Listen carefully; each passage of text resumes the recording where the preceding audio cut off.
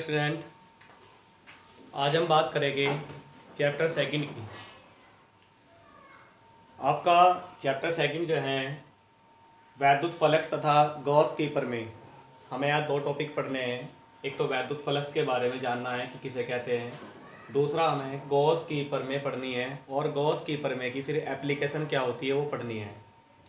सबसे पहले हम बात करते हैं एक टॉपिक की और उसे हम कहते हैं क्षेत्रफल सदिश।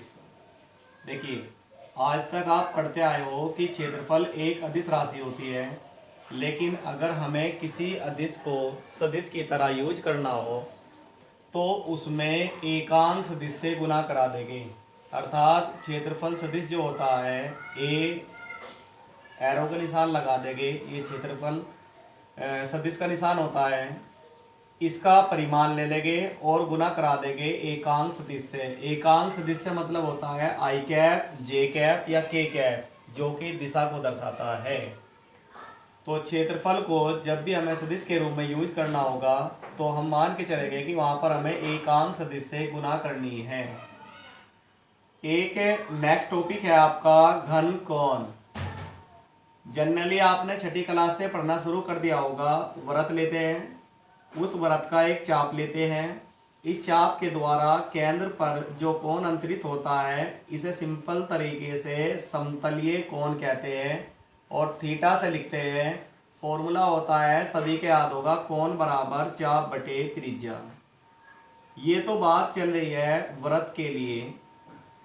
वृत्त से मीनिंग होता है आपका जो छल्ला होगा। लेकिन अगर हमारे पास में हमें घनकोण को सीखना है तो हमें एक प्रश्न लेना पड़ेगा। जैसे कि हमारी एक बॉल होती है, बॉल जो अंदर खोखरी भी हो या सॉलिड हो, यानी कि किसी भी चीज का पृष्ठ यहाँ पर लिया जाता है चाप और वहां पर लेके पृष्ठ। हमने कोई भी एक पृष्ठ ले लिया, इसका थोड़ा सा अवयव ले लिया, यो हिस्सा ले लिया, थोड़ा सा अवयव, अवयव से मतलब उसका थोड़ा सा हिस्सा ले लिया, तो केंद्र पर यो पृष्ठ जितना भी कोण बनाता है उस कोण को घन कोण कहते हैं। क्या कहते हैं भाई? इस कोण को घन कोण कहते हैं और घन कोण को ओमेगा से लिखते हैं।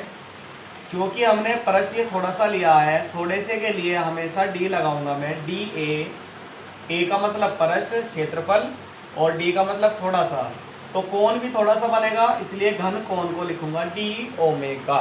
क्या लिखेंगे इसे? D omega.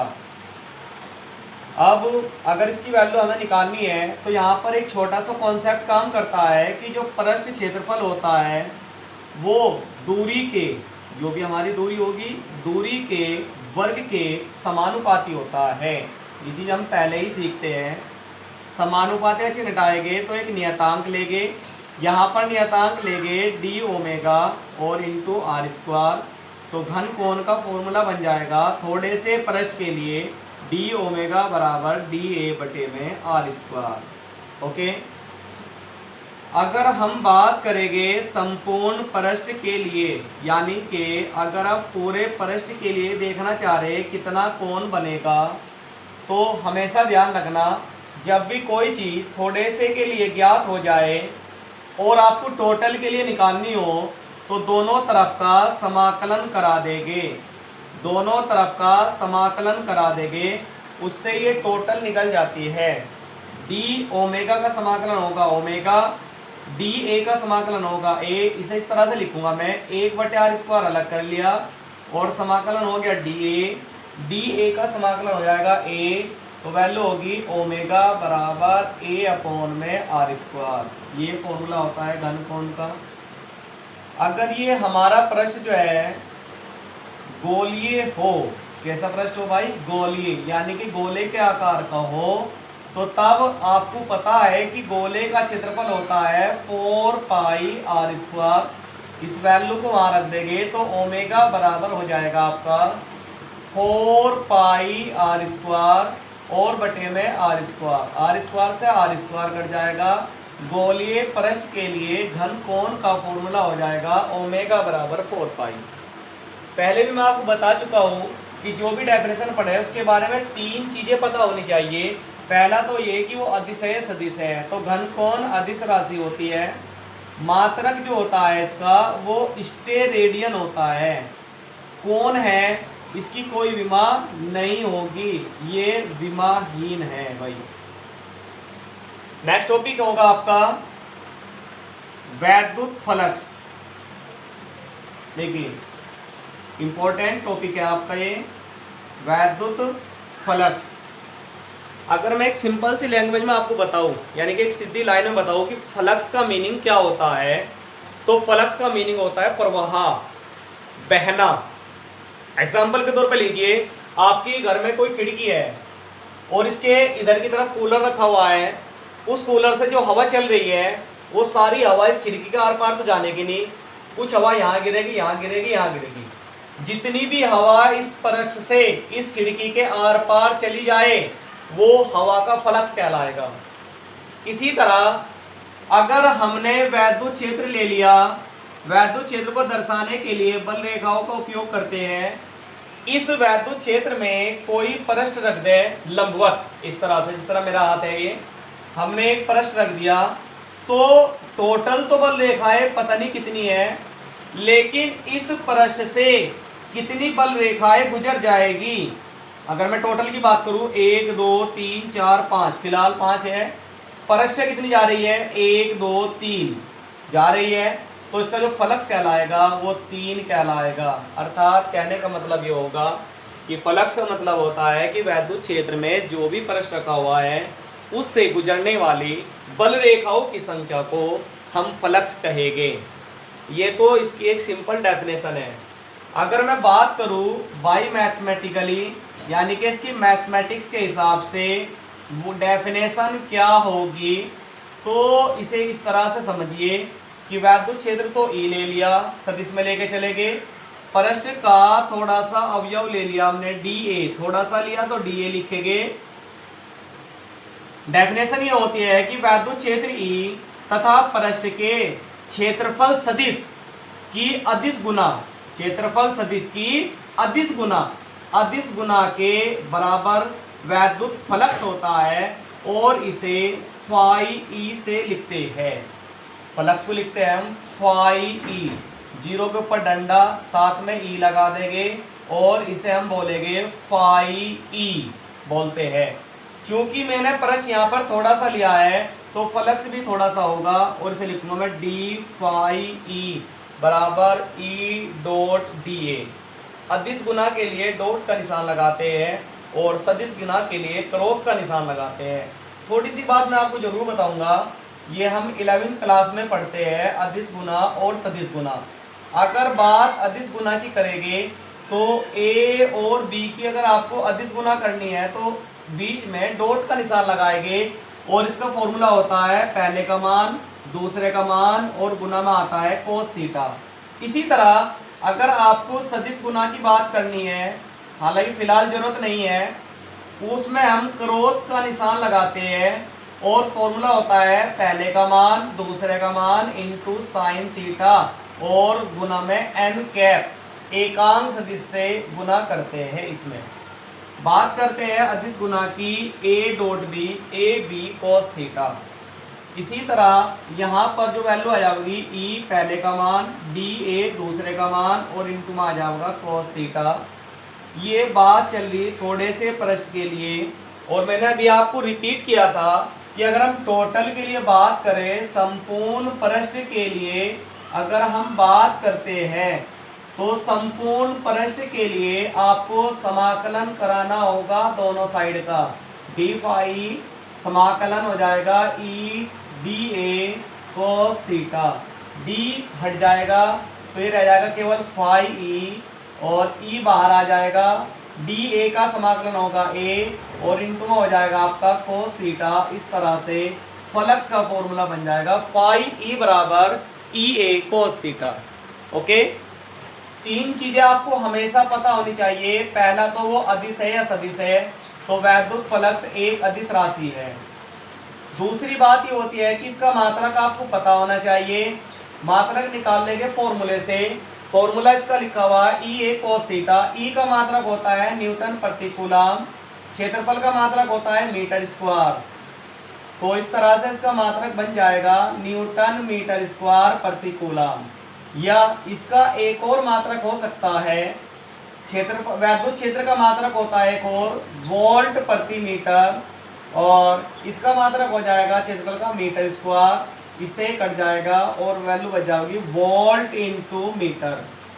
तीसरी बात, आपको इसकी विमा पता होनी चाहिए। विमा की बात करें तो वैद्युत क्षेत्र यहाँ से निकाल लेंगे न्यूटन मीटर स्क्वायर से। बल की विमा होती है mLT-2, आगे है मीटर स्क्वायर तो L स्क्वायर, बटे में है आवेश की विमा होती है AT। सारे को एक जगह एडजस्ट करोगे तो m का तो m ही रहेगा, L की 2 योरी, 1 योरी, L की 3, T की एक नीचे से ऊपर आएगी -3 और A की -1। ठीक है, ये आपको केयरफुली ध्यान रखना है। कुछ एक छोटी सी बात मैं इसे बता दूं आपको कि अगर कोई पृष्ठ है हमारा और वैद्युत बल रेखाएं उस पृष्ठ से निकल रही है, तो हमने पहले चैप्टर में सीखा है कि धनावेश से बल रेखाएं निकलती है, तो फ्लक्स भी जो होगा आपका वो पॉजिटिव होगा, धनात्मक होगा। और अगर वैद्युत बल रेखाएं पृष्ठ पर आ रही है तो आपने सीखा है कि माइनस पर खत्म होती है, तो फ्लक्स भी जो होगा आपका वो नेगेटिव होगा, यानी कि आपका माइनस होगा। नेक्स्ट टॉपिक होगा गॉस की प्रमेय। गॉस वैज्ञानिक का नाम है और वैद्युत फ्लक्स के संबंध में इन्होंने एक प्रमेय दी थी जिसे हम गॉस की प्रमेय कहते हैं। इन्होंने बताया था कि अगर हमारे पास में कोई भी बंद पृष्ठ हो, कंपल्सरी आप इस बात को याद रखेंगे कि गॉस की प्रमेय जो लगती है केवल बंद पृष्ठ पर लगेगी, खुले पृष्ठ के लिए गॉस की प्रमेय वैलिड नहीं है।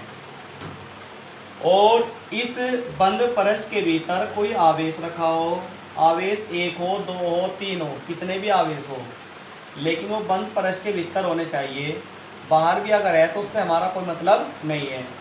वैज्ञानिक गॉस ने कहा कि वायु में किसी बंद पृष्ठ से गुजरने वाला जो वैद्युत फ्लक्स होता है यानी कि फाई, वो पृष्ठ द्वारा परिबद्ध का मतलब होता है घिरा हुआ, पृष्ठ के भीतर जो भी आवेश है उसका 1/ε0 गुना होता है।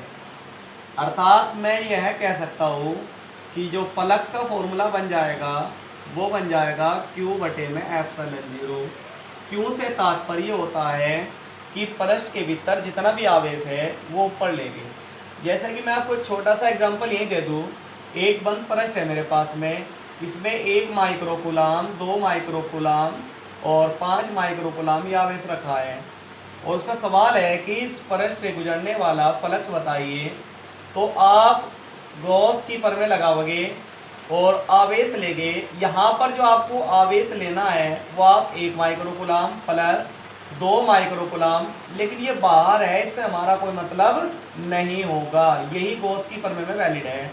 तो यहाँ ले लेंगे फाई बराबर Q/ε0। इस तरह आपका फ्लक्स की वैल्यू निकल जाएगी। क्लियर? गॉस की प्रमेय इम्पोर्टेंट है और इसके एप्लीकेशन में 4 डेरिवेशन है, वे भी इम्पोर्टेंट है। इसे हम प्रूफ भी करके दिखाएंगे कि ये प्रमेय सही है या गलत है। इसे प्रूफ करने के लिए एक बंद पृष्ठ के भीतर हमने प्लस का क्यों आवेश ले लिया और एक बंद पृष्ठ ले लिया, उसके भीतर प्लस का क्यों आवेश है भाई, r दूरी पर, ये रहा r दूरी पर एक छोटा सा अवयव ले लिया, एक हिस्सा ले लिया हमने पृष्ठ का, उसका जो पृष्ठ क्षेत्रफल है वो हमने मान लिया dA है। ठीक है भाई, थोड़ा सा है तो d लगा देंगे। यहाँ पर चूंकि हमने पृष्ठ लिया है तो जाहिर सी बात है कुछ ना कुछ कोण बनेगा, वो भी थोड़ा सा बनेगा, इसे लिखेंगे d ओमेगा। धनावेश से दूर वैद्युत क्षेत्र होता है तो इसकी दिशा जो होगी कि वो इधर की ओर आओगी। हमने मान लिया E के और DA के बीच जो कोण बन रहा है वो थीटा बन रहा है। तब फ्लक्स के डेफिनेशन के अकॉर्डिंग इस थोड़े से अवयव से गुजरने वाला फ्लक्स निकालेंगे। चूंकि अवयव थोड़ा सा है तो फ्लक्स भी थोड़ा सा होगा, उस अवयव को मैं लूँगा डी फाई ई। फॉर्मूला होता है वैद्युत क्षेत्र ई, और जो भी अवयव आपने लिया है उसकी अदिश गुना करा दीजिए डी ए। जब इस गुना को आप खोलोगे, अदिश गुना को जब खोलते हैं तो कोस थीटा आता है, वैल्यू आएगी ई डी ए कोस थीटा। क्योंकि आपका ई का जो फॉर्मूला होता है वैद्युत क्षेत्र की तीव्रता, वो होता है 1/4 पाई एप्सिलॉन 0 क्यू बटे में आर स्क्वायर। इस वैल्यू को उठा के यहाँ रख दोगे तो d phi E is equal to आपका हो जाएगा, ई की वैल्यू रख दीजिए 1/4 पाई एप्सिलॉन 0 क्यू बटे में आर स्क्वायर, और आगे वैल्यू लिखी हुई डी ए कोस थीटा। अगर हम बात करते हैं पूरे पृष्ठ के लिए, क्योंकि गॉस की परिमेय में टोटल फ्लक्स हमें निकालना है, तो मैंने पहले भी आपको बताया है संपूर्ण पृष्ठ के लिए हमेशा समाकलन करा देंगे दोनों साइड का। तो यहाँ भी समाकलन करा दीजिए डी फाई समाकलन, और यहाँ भी समाकलन 1/4 पाई एप्सिलॉन 0 क्यू बटे में आर स्क्वायर, ये हो गया डी ए कोस थीटा। जो भी वैल्यू कांस्टेंट होती है वो अवकलन हो या समाकलन उससे बाहर आ जाती है। तो यहाँ पर डी फाई ई का समाकलन तो हो जाएगा आपका फाई ई। इधर राइट साइड की बात करूँ तो 1/4 पाई एप्सिलॉन 0 कांस्टेंट होगा, और आगे आर स्क्वायर है बटे में, वो भी कांस्टेंट रहने दीजिए, क्यू आवेश है वो भी कांस्टेंट होगा, और बाकी सबको आप अंदर रहने दीजिए डी ए कोस थीटा बटे आर स्क्वायर। देखिए डी ए कोस थीटा बटे आर स्क्वायर जो वैल्यू होती है, ये वैल्यू आपकी डी ओमेगा की होती है, यानी कि घन कोण की होती है, पहले पढ़ा दी हमने। इसलिए जो फ्लक्स का मान होगा फाई ई, वो वैल्यू आएगी 1/4 पाई एप्सिलॉन 0 और इंटू में क्यू, और अंदर वैल्यू आएगी डी ओमेगा। जैसा कि आपको भी बताया है डी एक्स का समाकलन होता है एक्स, तो इसलिए डी ओमेगा का समाकलन होगा ओमेगा, और गोलीय पृष्ठ के लिए ओमेगा का वैल्यू होता है 4 पाई। इस वैल्यू को उठा करके वहाँ रख देंगे तो फ्लक्स की वैल्यू आएगी डी फाई बराबर 1/4 पाई एप्सिलॉन 0 इंटू में क्यू, और इसकी वैल्यू लिख दोगे 4 पाई। 4 पाई से आपका 4 पाई कट जाएगा, तो वैल्यू बचेगी क्यू बटे में एप्सिलॉन 0। इस तरह आपकी गॉस की परिमेय प्रूफ हो जाती है, सिद्ध हो जाती है। नेक्स्ट आपका टॉपिक होगा कि गॉस की परिमेय की आपको सहायता लेनी है और कूलाम का नियम प्रूफ करके दिखाना है। कूलाम का नियम 1/4 पाई एप्सिलॉन 0 Q1 Q2 बटे आर स्क्वायर। तो यहाँ पर हम करेंगे नेक्स्ट टॉपिक आपका गॉस की परिमेय की सहायता से, गॉस की परिमेय की सहायता से कूलाम के नियम की उत्पत्ति करनी है भाई, यानी कि कूलाम का नियम प्रूफ करके दिखाना है। ठीक है, केयरफुली ध्यान देंगे, बोर्ड एग्जाम में आ चुका है पहले भी ये चीजें। देखिए कूलाम का नियम आपको पता ही है कि क्या होता है, 1/4 पाई एप्सिलॉन 0 Q1 Q2 बटे में आर स्क्वायर, ये कूलाम का नियम होता है, बल का फॉर्मूला। गॉस की परिमेय से प्रूफ करने के लिए आप एक बिंदु आवेश लेंगे प्लस का क्यू, ओ बिंदु पर ले लिया, और गॉस की परिमेय तब लग सकती है जब बंद पृष्ठ होगा, तो आर दूरी पर एक बिंदु ले लिया पी। ओके, ऐसा चलिए थोड़ा बड़ा बनाता हूं मैं इसे, प्लस का क्यू आवेश ले लिया ओ बिंदु पर, आर दूरी पर एक बिंदु हमने पी ले लिया आर दूरी पर। बंद पृष्ठ बनाना पड़ेगा तभी गॉस की परिमेय लगेगी, वरना गॉस की परिमेय भी नहीं लगेगी। बंद पृष्ठ बना करके इसका थोड़ा सा अवयव ले लेंगे, ये अवयव ले लिया, इस अवयव को हम बोलेंगे डी ए। जो हमने पृष्ठ और वैद्युत क्षेत्र को बोलते हैं ई, धनावेश से दूर दिशा होगी। जो पृष्ठ हम अपनी तरफ से बनाएंगे काल्पनिक पृष्ठ गॉस की परिमेय लगाने के लिए, उसे हम एक स्पेशल नाम देंगे और इसे बोलेंगे हम गॉसियन पृष्ठ। ओके, अगर हमने गॉसियन पृष्ठ बना दिया तो इसकी खास बात ये होगी कि वैद्युत क्षेत्र और डीए एक दूसरे के समांतर होंगे, अर्थात इनके बीच जो कोण बनेगा वो 0 डिग्री का बनेगा। अवयव ले लेंगे थोड़ा सा डी ए, घनकोण तो वही डी ओमेगा बन ही जाएगा। चलिए थोड़े से पृष्ठ के लिए डी ए के लिए फ्लक्स निकालेंगे तो वो भी थोड़ा सा होगा, और इसे लिखेंगे डी फाई। फॉर्मूला अभी रिपीट किया था हमने, ई डॉट डी ए। जब फॉर्मूले को खोलोगे, अदिश गुना को खोलोगे तो क्या लिखोगे बताओ, कोस थीटा आ जाएगा इसमें।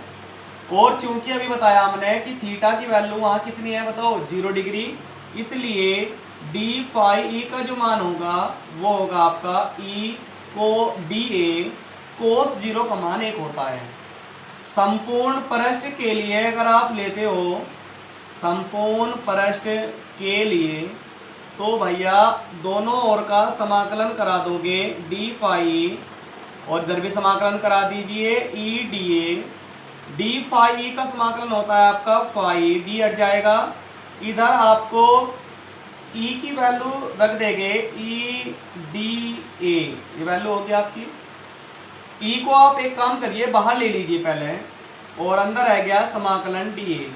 ठीक है, यहाँ जो डी ए का समाकलन होगा बताओ क्या होगा, ए, और ए का मतलब होता है क्षेत्रफल, गोले का क्षेत्रफल होता है 4 पाई आर स्क्वायर। वैल्यू को उठा करके वहां रख दीजिए, तो फाई ई का वैल्यू हो जाएगा आपका ई और गुना में 4 पाई आर स्क्वायर। समीकरण नंबर 1 मान लीजिए। अब आपको गॉस की प्रमेय यूज करनी है, तो गॉस की प्रमेय का आप यूज कर लेंगे। बताइए गॉस की प्रमेय क्या कहती है कि जो फ्लक्स का मान होता है फाई, वो कितना होता है भाई, क्यू बटे में एप्सिलॉन 0। इसे समीकरण नंबर 2 मान लीजिए। इनकी समीकरण 1 की और समीकरण 2 की लेफ्ट साइड बराबर है, तो इनकी राइट साइड भी बराबर होगी, और राइट साइड बराबर होगी तो वैल्यू आ जाएगी आपकी ई 4 पाई आर स्क्वायर, और नेक्स्ट होगी क्यू बटे में एप्सिलॉन 0। यहाँ से आप ई की वैल्यू निकाल सकते हो, ये 4 पाई भाग में चला जाएगा और एप्सिलॉन 0 साथ में ले लेंगे, ऊपर क्यू है, आर स्क्वायर भी आपका भाग में चला जाएगा, ई की वैल्यू निकल गई। हालांकि इस डेरिवेशन में ई का मान नहीं पूछा है, लेकिन अगर पूछ ले तो यहीं तक छोड़ देंगे। आपको गॉस की कूलाम का नियम प्रूफ करना है, तो हमने मान लिया बिंदु जो P है, बिंदु P पर एक परीक्षण आवेश ले लो, परीक्षण आवेश Q नोट ले लीजिए, Q नोट हो, यहाँ पर हमने एक आवेश ले लिया Q नोट, तो तब वैद्युत बल यानी कि बल का फॉर्मूला हो जाता है F बराबर QE। ये पहले चैप्टर में पढ़ा चुके हैं आपको। Q नोट का मान तो Q नोट ही है, और E का मान हमने भी निकाला ऊपर 1/4 पाई एप्सिलॉन 0 Q बटे में आर स्क्वायर। इस सारी वैल्यू को लोगे तो 1/4 पाई एप्सिलॉन 0 तो नुकसान हुई, Q नोट एक जगह ले लीजिए और बटे में आर स्क्वायर। देखिए ध्यान से, क्या यही कूलाम का नियम होता है क्या? बिल्कुल होता है, 1/4 pi epsilon not Q1 Q2 बटे में आर स्क्वायर। इस तरह से आपका कूलाम का नियम प्रूफ हो गया है। नेक्स्ट टॉपिक होगा आपका रेखीय आवेश घनत्व। आवेश का घनत्व यानी कि आवेश जो आता है वो वस्तुओं पर किस प्रकार से आता है। आवेश घनत्व 3 तरह का होता है भाई। पहला होता है आपका रेखीय आवेश घनत्व। रेखीय, देखिए नाम से ही पता लग रहा है आपको कि अगर आवेश को आपने किसी ऐसी वस्तु पर दिया जो इसकी लंबाई हो, जैसे कोई छड़ हो, उसे आपने आवेश दे दिया तो उसकी लंबाई पर फैल जाएगा, ठीक है।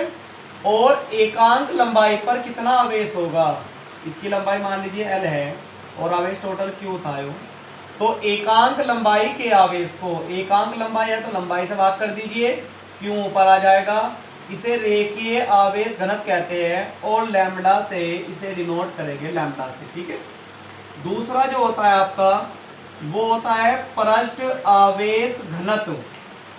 पृष्ठ पर जब आवेश फैलता है तो पृष्ठ आवेश घनत्व की वैल्यू निकलती है। देखिए कोई भी हमारे पास चालक अगर है, गोला हो या कोई और हो, तो चालक को जब भी हम आवेश देंगे तो वो सदैव उसके पृष्ठ पर फैलेगा। एकांक क्षेत्रफल पर, इसका क्षेत्रफल मान लीजिए A है, एकांक क्षेत्रफल पर कितना आवेश आता है क्षेत्रफल का एकांक है तो ए से भाग कर देंगे, ऊपर क्यों हो जाएगा, उसे पृष्ठ आवेश घनत्व कहेंगे, सिग्मा बोलेंगे। तीसरा आपका जो टॉपिक होता है वो होता है आयतन आवेश घनत्व। जब आवेश आयतन में फैलता है तो इसे आयतन आवेश का वितरण कहते हैं। अगर कोई हमारे पास कुचालक हो या अचालक हो तो जब उसे आवेश देंगे तो वो पृष्ठ के साथ साथ उसके भीतर भी फैल जाएगा, अर्थात पूरे आयतन में फैल जाएगा।